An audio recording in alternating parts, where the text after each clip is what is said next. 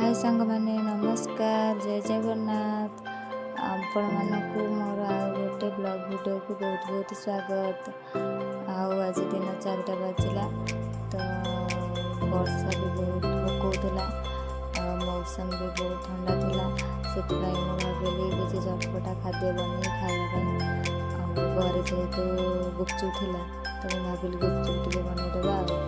चलते गुपचुप बनईवा।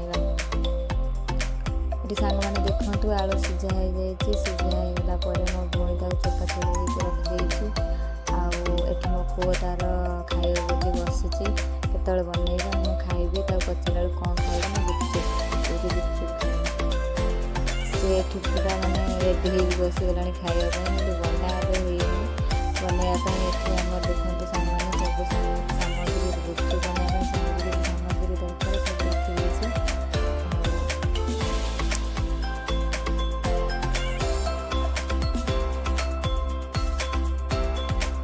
खुशी आठ मो भौणी तार पियाज काटार लगी किसी मटर भेदे आलू सहित पकड़